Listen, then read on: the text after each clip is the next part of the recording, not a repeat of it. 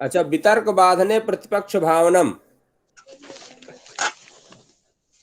तो कह रहे हैं कि यम नियम के पालन में जो वितर्क इत्यादि, जैसे क्या होता है कि लोगों को ये होता है कि हम झूठ बोल करके, झूठ बोलने वाला ज्यादा उन्नति कर रहा है, सत्य बोलने वाला परेशान चल रहा है, और वो घूस ले रहा है, हम बिना घूस के काम कर रहे हैं, उसके पास वेतन तो आएगा और अलग से भी ज्यादा कुछ आएगा। तो ये जो, जैसे वो अपरिग्रह में आ जाएगा, और जो असत्य वाले हैं तो वो सत्य और असत्य में आ जाएंगे। तो ये जो यम नियम इत्यादि के जो पालन नहीं करते हैं, यम नियम जो बताए गए हैं योग शास्त्रों में, उनके जो विपरीत जो भाव से आपको सुख समझ में आ रहा है, आप उसमें सुख देख रहे हैं, वो वितर्क होंगे। वितर्क माने जिस मार्ग पर योग योग दर्शन कह रहा है चलने के लिए कि आपको इस फल की प्राप्ति होगी इस मार्ग पर चलने पर, उसके विपरीत कार्यों में आपको सुख दिखाई देना, उधर आपका चित्त का लगना, उधर आपका मन का लगना,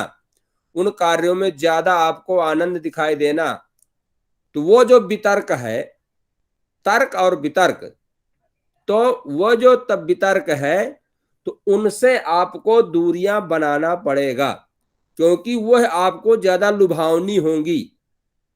वास्तव में उसका परिणाम दुखदाई होगा, लेकिन उस समय आपको उसमें लाभ दिखाई देगा। तो कह रहे हैं कि जो उसमें वितर्क, जो बाधा होने पर जो विरुद्ध भाव का विचार करना चाहिए। विरुद्ध भाव का विचार कैसे? कि हम अगर हिंसा करेंगे तो इसका परिणाम हमें दुखों को भोगना पड़ेगा, हम अगर झूठ बोलेंगे तो हमारे धर्म शास्त्रों ने, मोक्ष शास्त्रों ने मना किया है, तो उसको हमको परिणाम, उसका दुख का परिणाम भोगना पड़ेगा। तो इस तरह के उसके जो विपरीत जो बातें कही गई हैं कि आपको ये करने से ये मिलेगा और ये करने से ये मिलेगा, तो यम नियम के से जो फल प्राप्त होने हैं उसका विपरीत इत्यादि, जैसे हिंसा, अहिंसा की बात कही गई है, अहिंसा सत्यमस्तेव ब्रह्मचर्य परिग्रह यमाह। तो अगर हम इनसे विरुद्ध करेंगे तो हम इस संसारिक दुखों को भोगेंगे। तो ये इस मान कर को, इस भावार्थ को मान करके, और हम बार बार वो लुभावने वस्तुओं से हम अपने जो, जिनको मोक्ष शास्त्र या योग दर्शन हमारी जिन बातों को कह रहा है, हमें उन मार्गों पर चलना चाहिए। ठीक है, हमें जो विपरीत कार्यों में सुख दिखाई दे रहा है उनको हमें रोकना चाहिए, और उसमें हमें दुख देखना चाहिए कि अरे ये जो इसमें सुख दिखाई दे रहा है ना, ये बनावटी फूल है, इसमें खुशबू नहीं है, खिला तो रहेगा लेकिन इसका कोई परिणाम नहीं मिलेगा। तो ये जो वितर्क वाला है, ये हमको संसार के दुखों में डुबो देगा, और हम अनंत काल तक अनेकानेक योनियों में पुनर्जन्म पुनर्विमरणम पुनर्म जननी जठरे शयनम, इन सब भोगों को भोगते रहेंगे।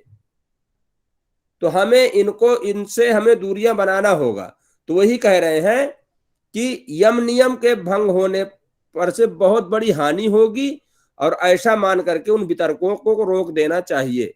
अगर हम यम नियम के मार्गों पर नहीं चलेंगे तो योग हमारा भंग हो जाएगा।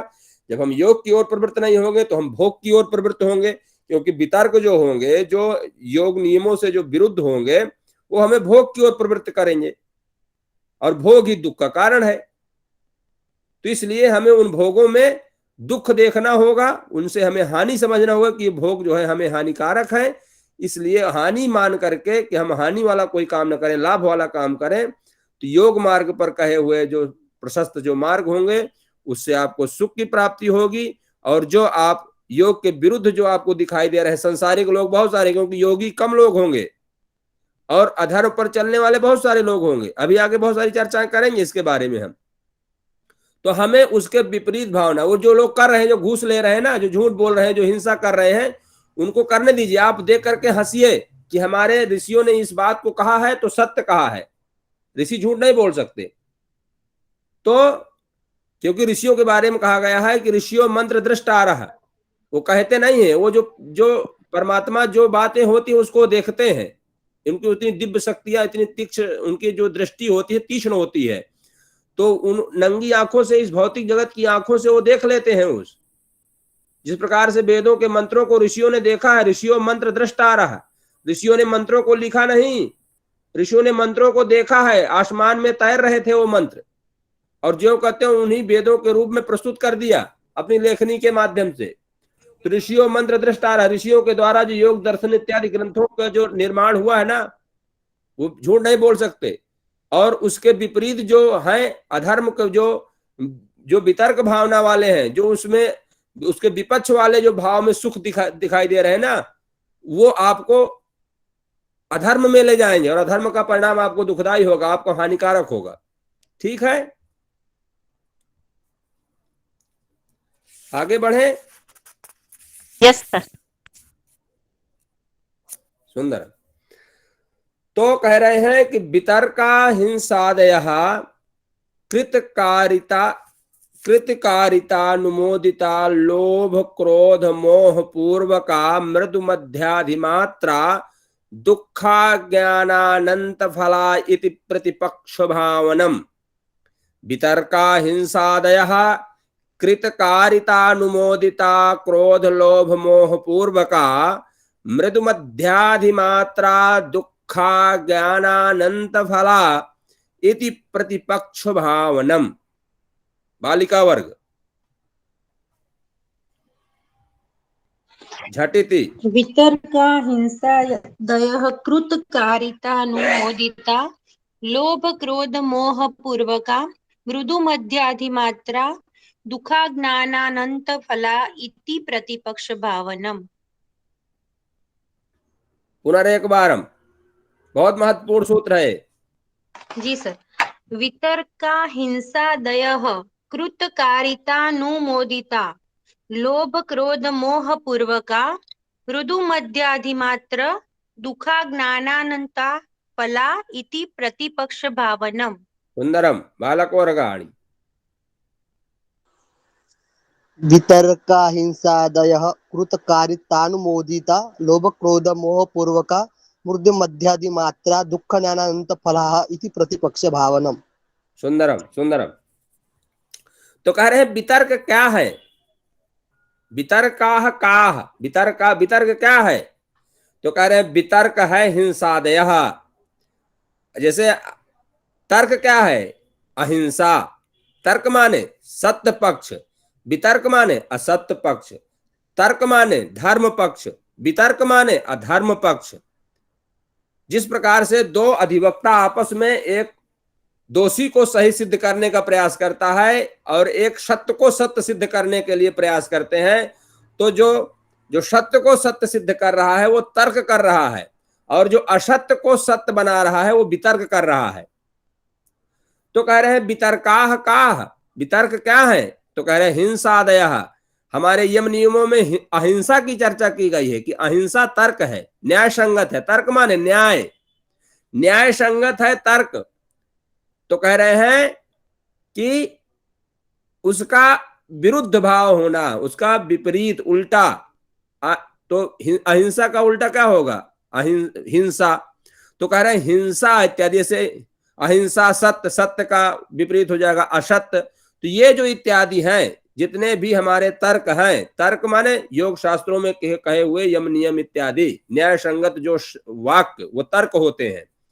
तो जो तर्क के जो विरुद्ध जो वितर्क हैं वो हिंसा आदि जो है, तो वो कह रहे हैं क्या होते हैं? तो कहते हैं हिंसा आदि भी तीन प्रकार की होती हैं।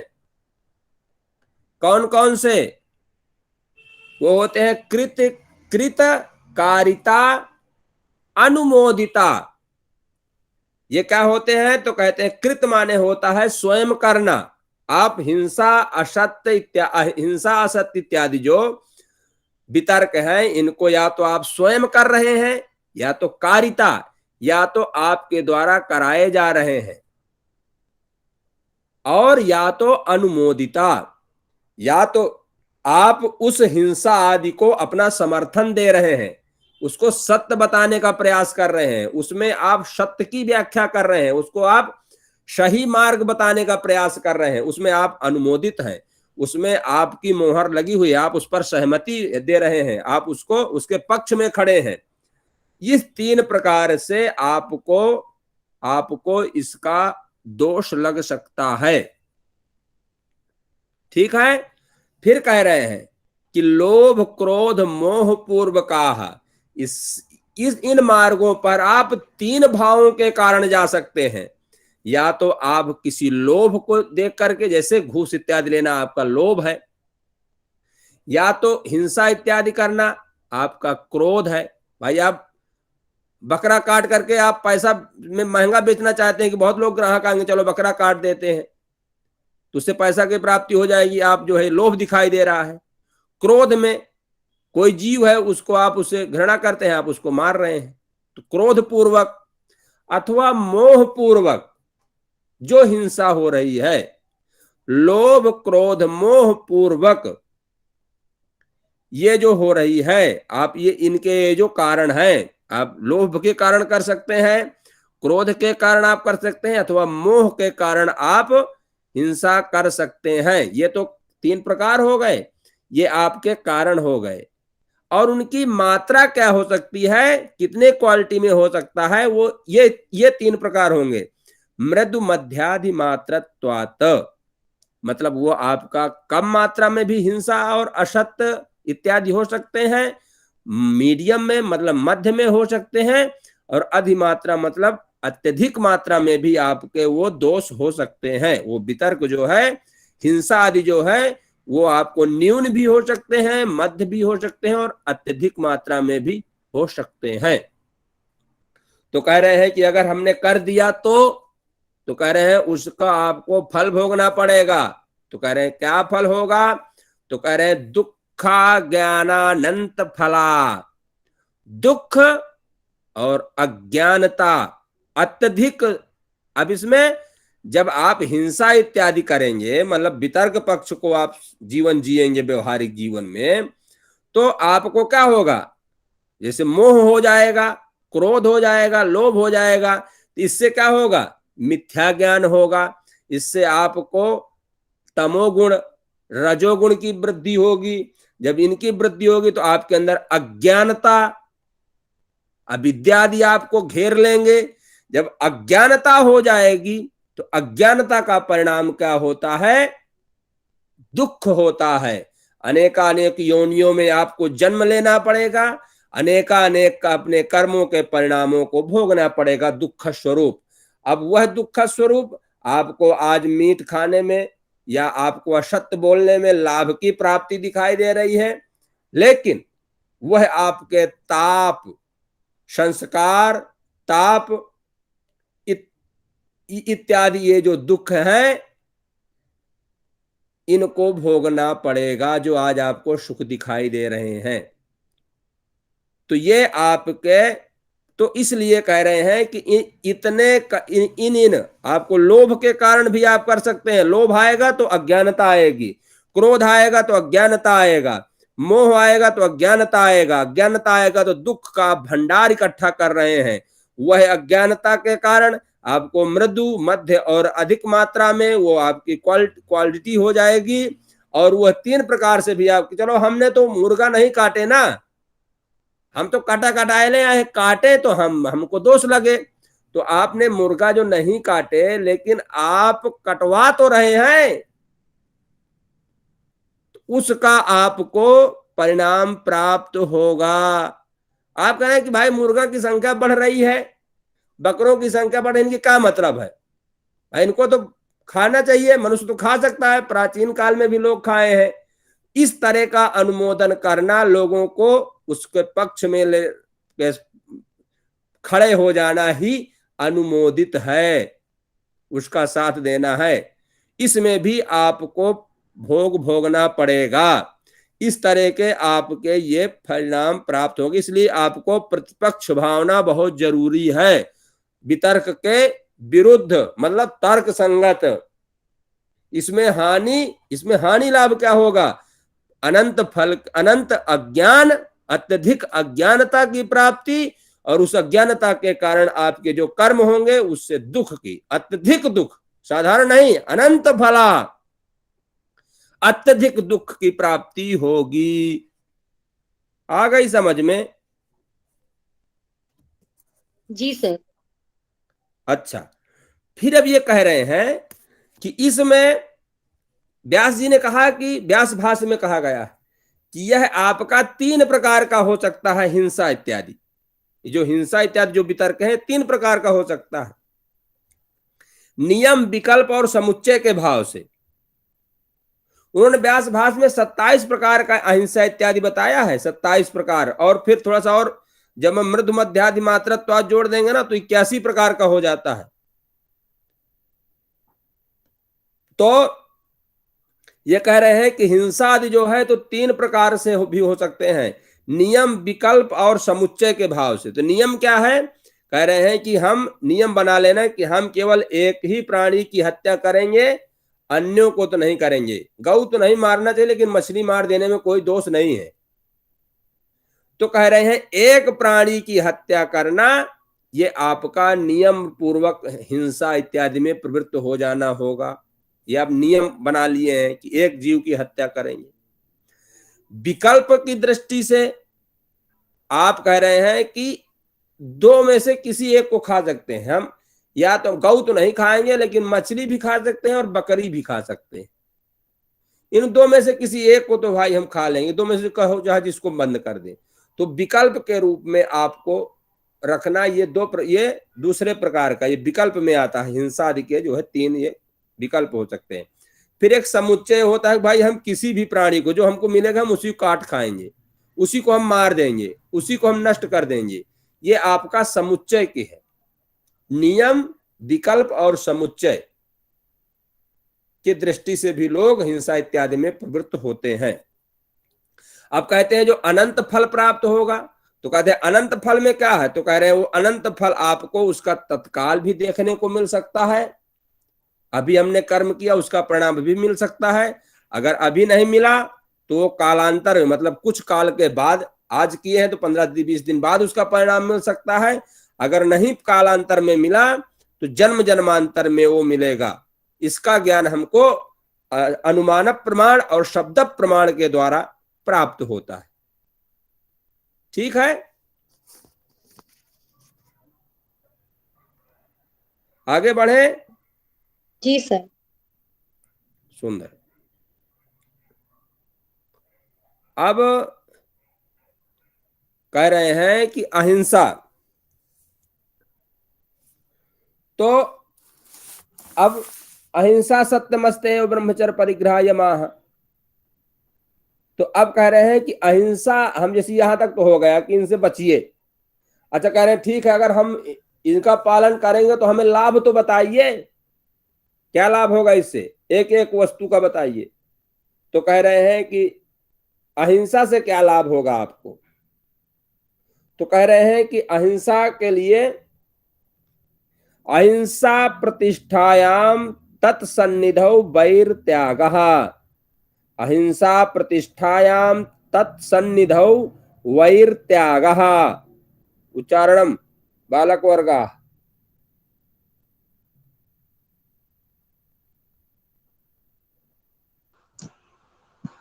अहिंसा प्रतिष्ठायां तत्सन्निधौ वैरत्यागः।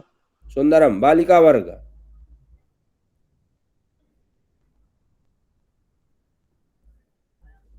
अहिंसा प्रतिष्ठायां तत्सन्निधौ वैराग्यः। सुंदरम सुंदरम। तो कह रहे हैं अहिंसा को अगर हम जीवन में धारण करेंगे, अहिंसा पूर्वक अगर जीवन यापन हम करेंगे तो हमें क्या लाभ होगा। तो कह रहे हैं अहिंसा, अहिंसा मन, वाणी और शरीर, इन तीनों के द्वारा, एक के द्वारा नहीं, मन, वाणी और शरीर के द्वारा अगर आप जो है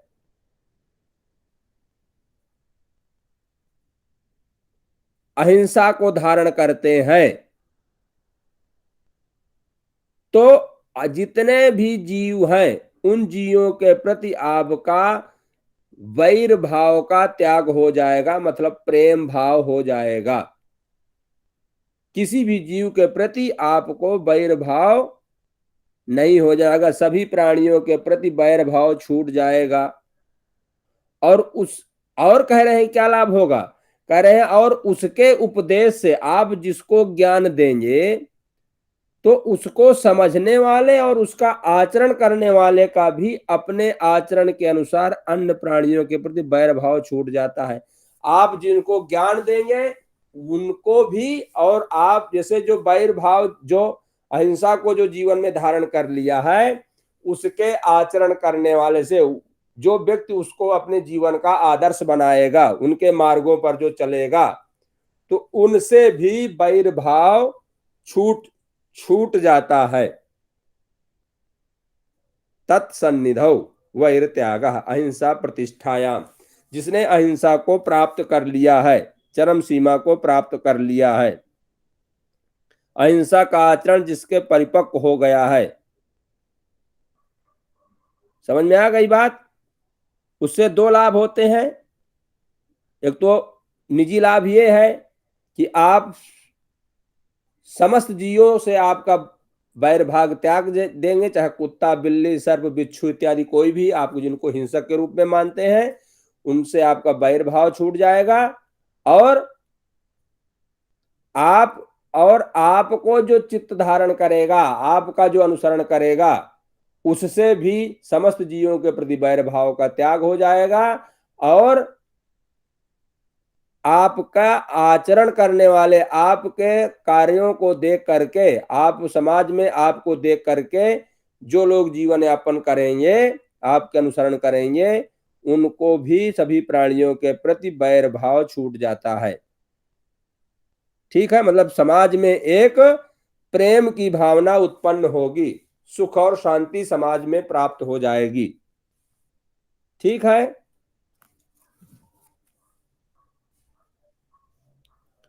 आगे ठीक है बढ़े। सर। जी सर। सुंदर। अब कह रहे हैं सूत्र नंबर 36, सत्य प्रतिष्ठायाम क्रिया फलाश्रयत्वम। तो अहिंसा की बात हो गई। अहिंसा सत्य मस्ते, सत्य के धारण करने से क्या होगा? तो कह रहे हैं कि मन, वाणी और शरीर से जो सत्य की जो आचरण करे, परिपक्व हो जाएगा जिसका, उस योगी का जो कर्म फल होगा, उसको कहने क्या फल मिलेगा? अगर हमने सत्य को जीत लिया, सत्य को जीवन का हमारा आचरण हो गया, चरम अवस्था को प्राप्त कर लिए, तो कह रहे हैं उत्तम फल वाला हो जाता है। और उसके आचरण का प्रभाव अन्य प्राणियों पर भी यथा योग्य पड़ता है। ठीक है ना?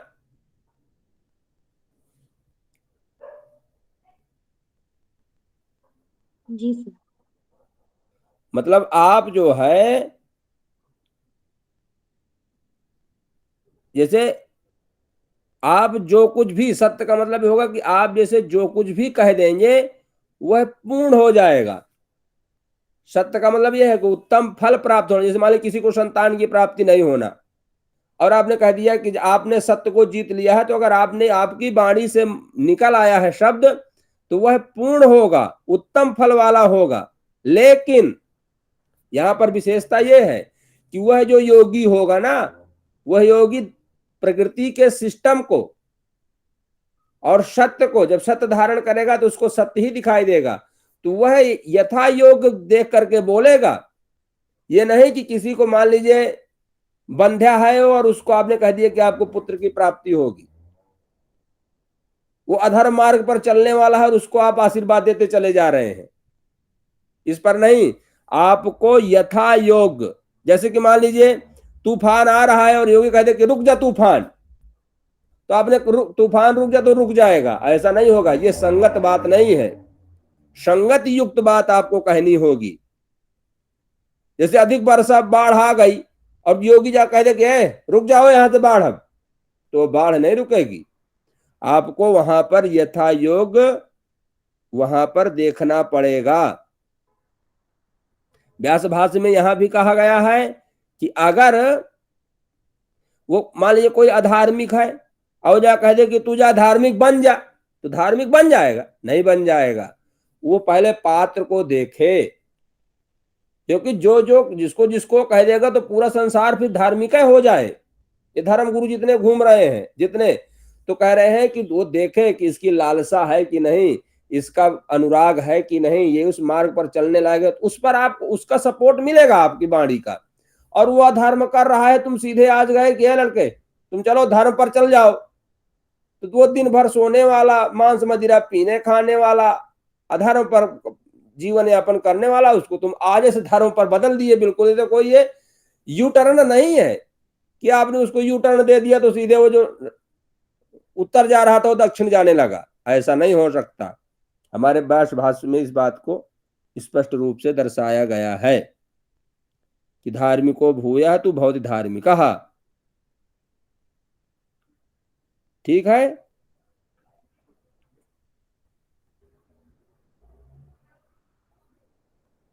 जी सर। अच्छा, हम इसको चलो, अब 38 नंबर है सूत्र ना। 37 सर। अच्छा 37। अच्छा, अस्ते प्रतिष्ठायाम, अस्ते प्रतिष्ठायाम तो कहते हैं अस्तेव, अस्तेव प्रतिष्ठायाम सर्वरत्नोपस्थानम। सत्य की प्रतिष्ठा से क्या होगा कि सत्य तो बता दिए कि आपको, आप उत्तम फल देने वाले हो जाएंगे कि जो सर्वसाधारण से श्रेष्ठ होता है, और आपके आचरण का प्रभाव अन्य प्राणियों पर भी पड़ेगा, क्योंकि वो आपको वहां पर लाभ आपको दिखाई देगा। और असत्य, अब ये कह रहे हैं कि अस्ते प्रतिष्ठायाम से क्या, अस्ते प्रतिष्ठायाम सर्वरत्नोपस्थानम, बालिका वर्ग।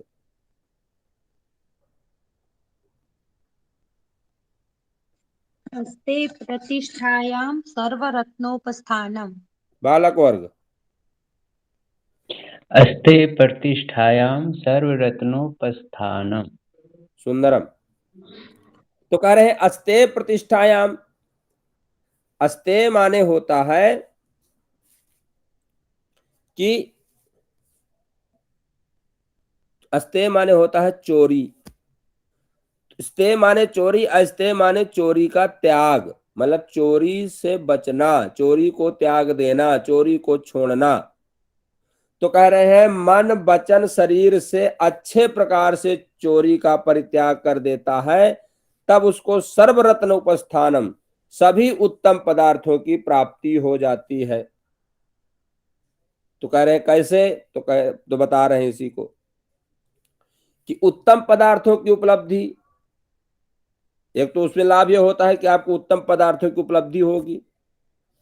कैसे, जब आप चोरी छोड़ देंगे तो आप पुरुषार्थ करेंगे, आप मेहनत करेंगे। भाई चोरी कौन करता है, जो मेहनत नहीं करता, उसको मेहनत काम कम करना चाहता है और चाहता ज्यादा है। तो कहते हैं तो आप पुरुषार्थ करेंगे, पुरुषार्थ जो है अनुकूल फल की प्राप्ति दिलाता है। रत्न, यहां पर रत्नों का मतलब है उत्तम पदार्थ। व्यास भाष्य में कहा गया है रत्नोपस्थानम, मतलब उत्तम पदार्थों की आपको प्राप्ति होगी। और जब आप पुरुषार्थ करने लगेंगे तो बहुत सारे आपके मित्र हो जाएंगे, तो अन्यों से भी आपको सहारा की प्राप्ति हो जाएगी, सहायता मिलेगी अन्य लोगों से भी। और जब आप चोरी करना बंद कर देंगे तो आप ईश्वरोपासना करेंगे, परमात्मा का शरण लेंगे, तो ईश्वर के प्रदत्त आपको ज्ञान और सुख की प्राप्ति होगी।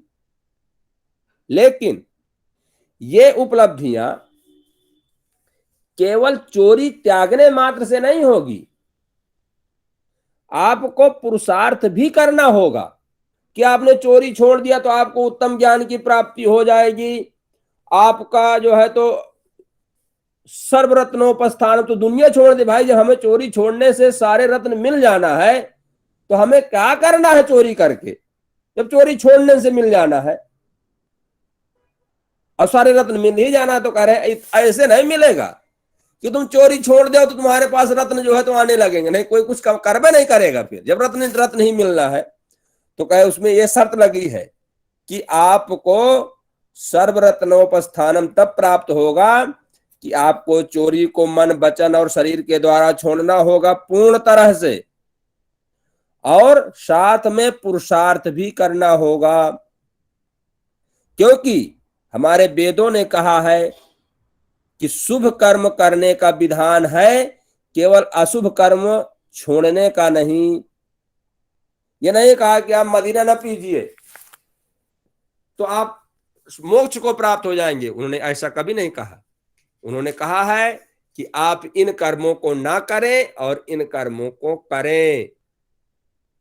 तो चोरी ना करें, पुरुषार्थ करें। पुरुषार्थ करेंगे तो आपको उत्तम रत्नों की प्राप्ति होगी, मतलब जो आप चाहेंगे वो प्राप्त होगा। और उत्तम रत्न मतलब जो सर्वसाधारण लोगों से ऊपर उठ करके होगा।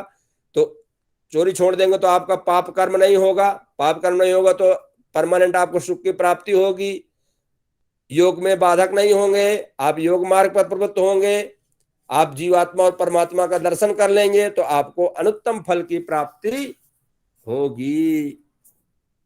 ठीक है, आगे चलें। कहीं किसी को शंका तो नहीं हो रही समय? पता नहीं, या तो आपके अंदर ज्ञान की प्राप्ति ज्यादा हो गई है,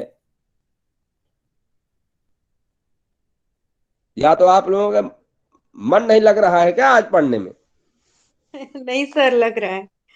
अच्छा, चलिए फिर बड़ा सुंदर। तो यहां तक तो समझ में आ गए ना? जी सर। जी सर। ठीक ठीक ठीक। मतलब कुल कहने का तात्पर्य ये है, जैसे वेदों में कहा गया कि कुर्वन् कुर्वन्नेवेह कर्माणि जिजीवेशे तम समाह। आप शुभ कर्म करते हुए 100 सालों तक और 100 सालों से अधिक तक जीने की इच्छा करनी चाहिए, और कर्म ना करके फिर आप जीने की इच्छा करें, वो संभव नहीं है। उन्होंने कहा है कि कुर्वन्नेवेह कर्माणि, जो करने योग्य जो कर्म है उनको करते रहने, कर्मयोग कर्म जो शुभ कर्म है, शुभ कर्म करते हुए ही, एव माने ही माने अवश्य, तो कुर्वन्नेवेह कर्माणि जिजीवेशे क्षतम फलम। आप 100 अथवा 100 से अधिक वर्षों तक जीने की इच्छा कर सकते हैं या करनी चाहिए शुभ कर्म करते हुए। इसी प्रकार से चोरी को त्याग करके पुरुषार्थ कर्म करने के लिए बिल्कुल तत्पर हो जाना चाहिए। ठीक है, तो अब कह रहे हैं कि ब्रह्मचर्य प्रतिष्ठायाम वीर लाभः। तो कह रहे हैं पुरुषार्थ में तो थोड़ा सा मेहनत चाहिए, ताकत चाहिए। तो कह रहे हैं उस ताकत भी देंगे। तो कह रहे हैं क्या ताकत दोगे? तो कह रहे हैं आपके पास है, पहले से परमात्मा ने बना रखा है। तो कह रहे हैं क्या? तो कह रहे हैं ब्रह्मचर्य प्रतिष्ठायाम वीर लाभः। आप ब्रह्मचर्य का पालन करें, मन वचन और शरीर से ब्रह्मचर्य का पालन करें, उससे क्या लाभ होगा? तो कह रहे हैं वीर लाभः। वीर लाभः का मतलब है बौद्धिक और शारीरिक बल की प्राप्ति। चलिए बालक वर्ग बोलिए। ब्रह्मचर्य प्रतिष्ठायां वीर्य लाभ है। बालक वर्ग, बालिका बालिका। ब्रह्मचर्य प्रतिष्ठायां वीर्य लाभः। सुंदरा सुंदरा सुंदर। तो कह रहे हैं कि ब्रह्मचर्य, अगर आप ब्रह्मचर्य का पालन कर रहे हैं तो उससे आपको वीर लाभ, वीर माने बौद्धिक और शारीरिक बल। भाई बल दो प्रकार का होता है, एक लोग बुद्धि के बल से जीत जाते हैं, एक लोग शरीर के बल से जीत जाते हैं। तो इसी प्रकार से बल दो प्रकार का होता है। तो दोनों प्रकार का, यहां वीर माने बल, बल दोनों प्रकार का होता है, बौद्धिक और शारीरिक। तो इस प्रकार से दोनों प्रकार के बलों का आपको लाभ प्राप्त होगा। तो कह रहे हैं इससे क्या लाभ, हम क्या क्या करेंगे? तो कह रहे हैं इससे ये आपको लाभ होगा कि एक तो आप बुद्धि से और शारीरिक बल से आप स्वयं की रक्षा कर सकेंगे, और कहीं दूसरे कमजोर व्यक्ति पर, जो भोगी व्यक्ति है और बेचारा वीर का संरक्षण नहीं कर पाया, कमजोर है, और जो अन्य प्राणी कमजोर है, तो वहां आपके पास ताकत होगी, बुद्धि की भी ताकत और शरीर की भी ताकत, तो आप उसको भी बचा लेंगे। और कह रहे हैं कि बौद्धिक बल से भी और क्या लाभ होगा? शारीरिक बल से तो आप शरीर के बल से उसका वो कर दिए, डांट दिए, डपट दिए, और बुद्धि बल से, तो कह रहे हैं बुद्धि से आपकी विद्या की प्राप्ति होगी, तो और आपको विद्या की प्राप्ति भी होगी और विद्या का आप दान करने में भी समर्थ हो जाएंगे। दोनों में भी आप ठीक से समझा पाएंगे और आप ठीक से समझ पाएंगे, दोनों बातें हो जाएंगी। शारीरिक बल से आपको, शरीर जब स्वस्थ रहेगा, वीर आपका संरक्षण करेंगे तो निरोग रहेंगे, निरोग रहेंगे तो दीर्घायु रहेंगे, नहीं खांसते रह जाएंगे आप चाय वाय पी करके, अपना जो है सोंठ अदरक पी करके खांसी दबाते रहेंगे, तो निरोग रहेंगे, दीर्घायु रहेंगे, उत्तम स्वास्थ्य बढ़ेगा आपका, बिना दर्द का जीवन आप व्यतीत करेंगे। इससे अच्छा सुख क्या हो सकता है भौतिक जगत में। बौद्धिक में क्या होगा कि आप सूक्ष्म से सूक्ष्म विषयों को आप जान सकेंगे और अन्य को जब समझाएंगे तो बहुत सारे विद्यार्थी आपकी बातों को सुनेंगे, क्योंकि समझ पा रहे हैं, कई प्रकारों से आप समझा पाएंगे। कुछ लोग कहते हैं कि वीर से जो है तो शरीर का कोई प्रभाव नहीं पड़ता। कुछ लोग तो यहां तक भी कहते हैं कि शरीर से वीर से जो है तो शरीर रोगी हो जाता है। तो इसको जो है ये भ्रांतियां हैं समाज में,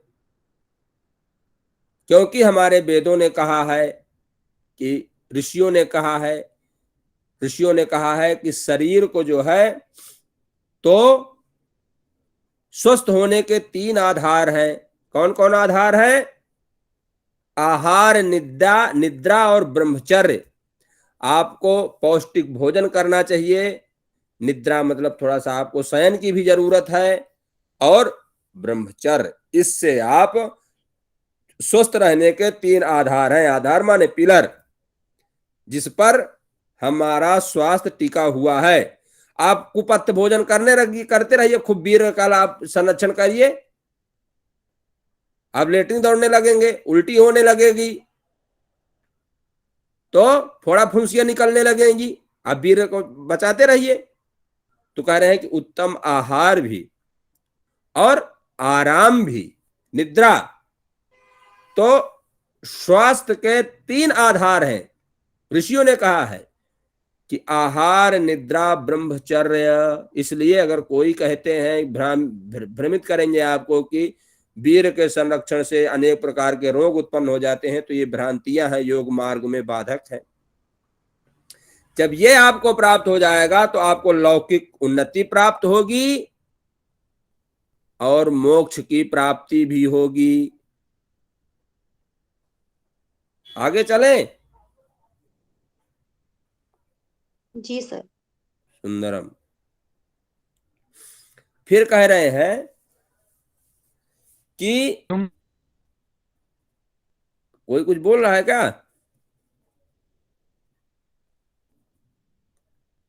मौन है सब लोग ना? जी जी, मेरी आवाज आप तक आ रही है? अभी तो नहीं सुन पा रहा हूँ, कुछ कुछ आ रही है, कुछ कुछ नहीं सुन पा रहा हूँ। बोला जाए, पुनः बोला जाए।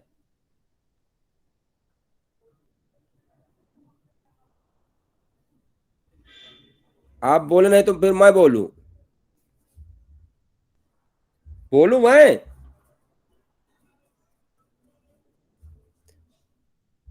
चलिए मैं बोलता हूं, आप ना बोलिएगा। तो कह रहे हैं कि सूत्र संख्या 39 एकोनचत्वारिंशत्। तो कह रहे हैं अपरिग्रह स्थैर्य जन्म कथांत संबोध। अपरिग्रह स्थैर्य जन्म कथांत संबोध। बालिका वर्ग,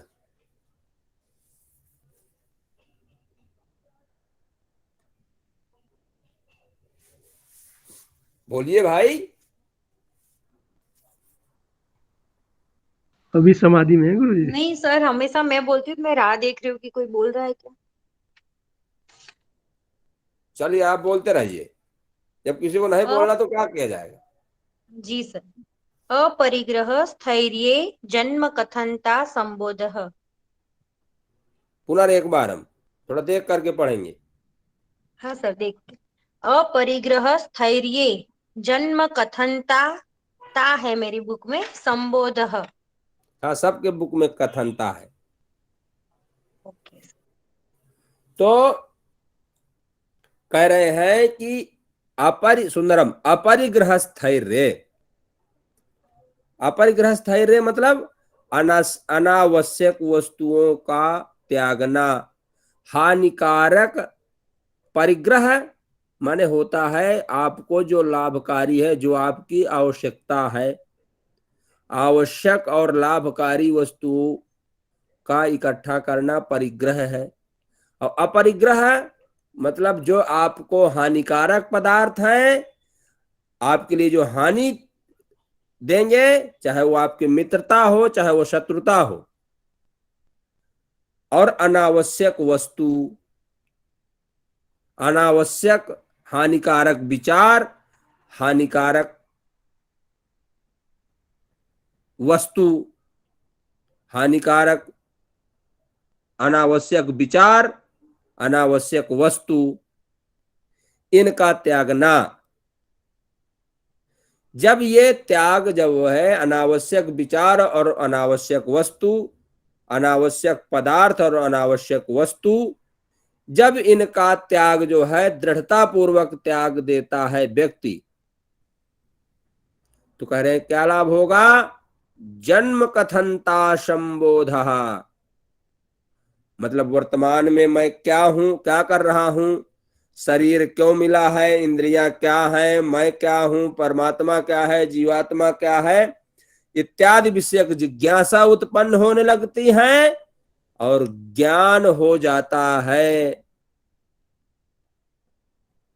भाई आवश्यक कुछ ही पदार्थ होते हैं, अनावश्यक ढेर सारे। हमारे अनावश्यक ढेर सारे विचार होते हैं और आवश्यक थोड़ा बहुत। आवश्यक विचारों पर हम ध्यान दे सकते हैं। जब बहुत सारा इकट्ठा हो जाता सामान तो उसमें कूड़ा लगने लगता है।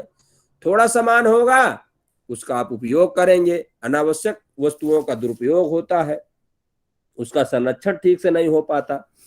तो इस प्रकार से हमें जो है, हम अपने जीवन में हानिकारक पदार्थ, हानिकारक विचार, हानिकारक वस्तु, अनावश्यक विचार, इनका जो है दृढ़ पूर्वक हमें त्यागना चाहिए। तो कह रहे हैं इससे जो है तो भूत भविष्य तथा वर्तमान से संबंधित जितने भी जिज्ञासाएं होती हैं वह जो है अनुमानिक ज्ञान उसका हो जाता है। ठीक है। गुरुजी अपरिग्रह को बताना। परिग्रह माने होता है इकट्ठा करना। अपरिग्रह। अपरिग्रह माने होता है अनावश्यक वस्तु, अनावश्यक विचारों का इकट्ठा ना करना। गुरुजी ये भी कह सकते हैं कि आवश्यकता से अधिक वस्तुओं का संचय न करना। वही तो अनावश्यक है। जी। आवश्यकता और अनावश्यकता वही एक तो है, आवश्यक और अनावश्यक। ठीक है ना? आवश्यक माने आवश्यकता और आवश्यकता का ना होना अनावश्यक। ठीक है, आगे चले। जी सर। सुंदर। अब कह रहे हैं कि अब यहां पर सत्य के देखो, अहिंसा, सत्य, अस्तेय, ब्रह्मचर्य और परिग्रह, पांचों का मैं बता दिया। यम निर्णय हो गया यम से क्या क्या लाभ होगा। ठीक है ना सर? हाँ, इस अपरिग्रह में वस्तु के स्थान पर विचारों और विषयों को इकट्ठा न करना बताया गया है यहाँ पे। दोनों वस्तु भी और विचार भी। हाँ, विचार भी दोनों। भाई वस्तु होगी तो उस पर आप चिंतन करेंगे। भाई आपने गाड़ी खरीद लिया, 2 गाड़ी खरीद लिया, अब गाड़ी को कहाँ रखा जाए तो इसको तो विचार में सोचेंगे ना आप। तो इसलिए आवश्यक वस्तु और अनावश्यक वस्तु और अनावश्यक विचार। ठीक है, ठीक है गुरुजी। चलिए आगे कह रहे हैं। अब देखो यम के हो गया। अगर यूजीसी नेट में यम के बारे में चर्चा है तो आप फिर क्वेश्चन गड़बड़ करेंगे तो फिर हमसे कोई दुष्ट भी नहीं होगा। ठीक है? ठीक है सर, नहीं करेंगे। हाँ, तो अहिंसा, सत्य, अस्तेय, ब्रह्मचर्य और अपरिग्रह, इन पांचों का लाभ और इनको मैंने ठीक से आप लोगों को समझाने का प्रयास किया। आगे चलते हैं नियमों के बारे में। नियम अगर हम नियम का पालन करते हैं तो क्या लाभ और क्या हानि होगी। तो कह रहे हैं कि शौचात स्वांग जुगुप्सा परैर संसर्गः, शौचात स्वांग जुगुप्सा परैर संसर्गः, बालक वर्गाः।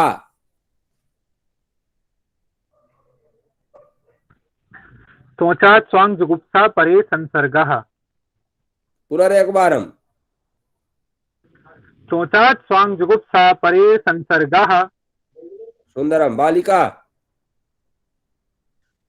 शौचात् स्वांग जुगुप्सा परैर संसर्गः। सुंदरम सुंदर। तो कह रहे हैं कि शौचात माने होता है पवित्रता, शुद्धि। तो दो प्रकार की पवित्रता, बाह्य और आंतरिक। बाह्य क्या है? कपड़े साफ सुथरा हो, शरीर साफ सुथरा हो, क्योंकि शरीर का प्रभाव मन और मस्तिष्क पर जाता है। तो ये बाह्य हो गई। और आंतरिक क्या है? राग द्वेष इत्यादि का शुद्धि, इनका ना होना, आंतरिक शुद्धि होगी।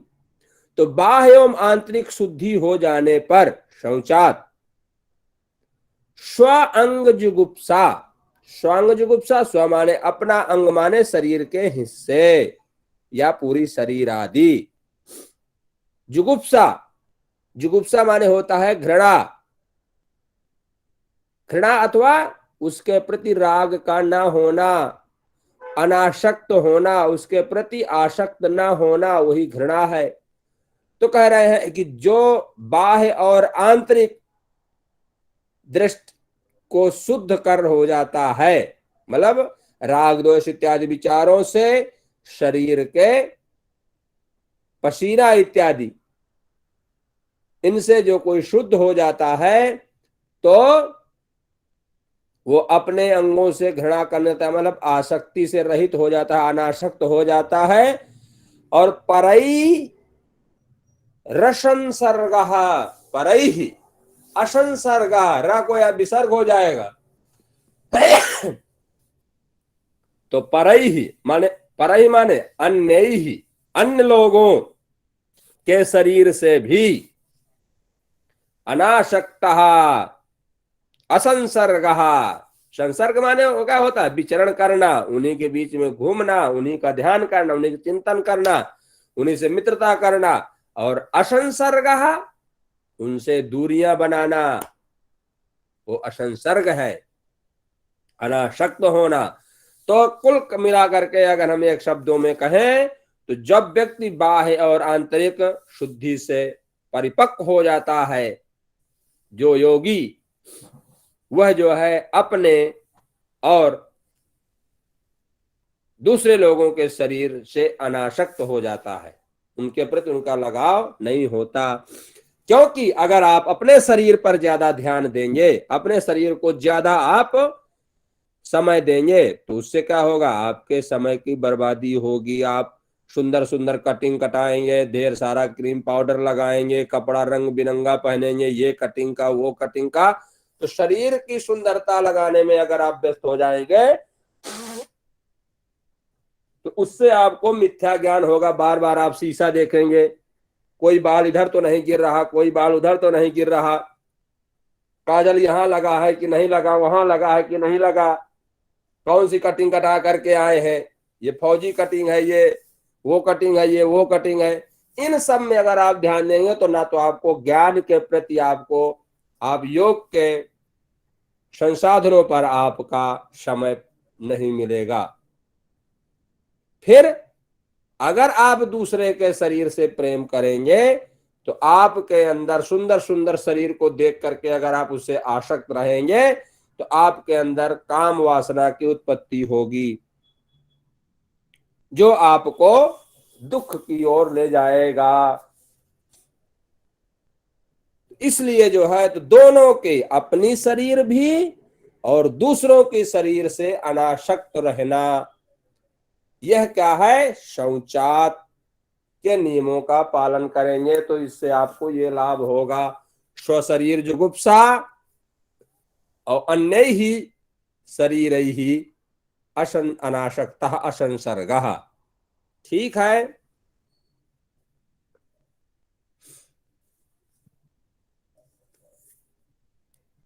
ठीक जी है। सर। हाँ, अगर आप अपने शरीर पर ध्यान देंगे तो कई बार शीशा देखेंगे, फिर सोचेंगे मुझसे सुंदर तो कोई नहीं है, मैं तो उससे सुंदर हूं, या मुझसे सुंदर वो है तो मैं क्या कटिंग कटाऊं, मैं कौन सा कपड़ा पहन के आऊं कि मैं उससे सुंदर लगूं। इस तरह से आप माथा पच्ची में फंस जाएंगे और आपको फिर समस्या से जूझना पड़ेगा भैया, फिर से आप समस्या में ग्रसित हो जाएंगे, मिथ्या ज्ञान में आप फंस रहे हैं। सर अब थोड़ा क्वेश्चन करा लेते हैं, फिर 9 बजे से हट प्रदीपिका अच्छा की क्लास। अच्छा, क्वेश्चन भी आ गए क्या? चलिए,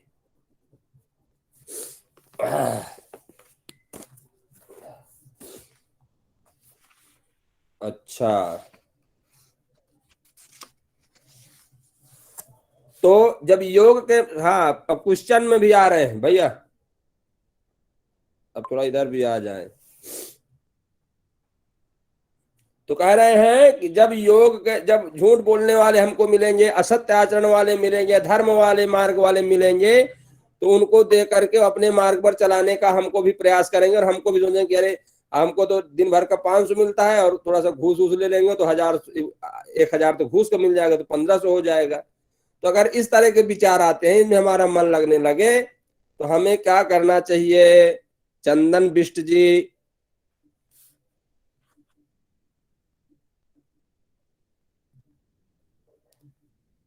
गुन्नू शर्मा जी, बताइए। कपिल मीना, लेखा सेन, सर वितर्क बांधने प्रतिपक्ष भावना का ध्यान सुंदरम, प्रतिपक्ष भावना, मतलब इनमें हमें हानि देखना चाहिए, इनमें हमें नुकसान देखना चाहिए, ठीक है ना। चलिए, अब नीलम रानी, अहिंसा इत्यादि कितने प्रकार से की जा सकती है? जी सर, मन से, अहिंसा, कर्म से और वाणी से। भला ये तो हो जाएगा, और किस कोटि में होगा ये तो भला हमारे द्वारा होगा ये। जी, एक तो स्वयं करते हैं या किसी से करवाते हैं। हाँ, बस 2 है। 3 है सर, कौन कौन? तीसरी को रिकॉल नहीं कर पा रहे हैं सर, इसलिए अच्छा, अभी ज्वाइन। चलो इसको प्रीति पाटिल जी बता देंगी। चलिए, प्रीति पाटिल जी पर्याप्त हैं ज्ञान की तरफ से। पुंडलीक जी बताएंगे। रुश्वी पटेल जी बताने चाहेंगी। क्या सर? ये जो उन्होंने कुछ अभी बताया ना, कौन बताई है? लेखा नीलम रानी ने बताया ना। क्वेश्चन क्या? जो हम कर्म जो है जो करते हैं, अहिंसा इत्यादि, जो हिंसा इत्यादि, जो वितर्क, जो हिंसा इत्यादि जो हम करते हैं, उनको कितने प्रकार से हम कर सकते हैं?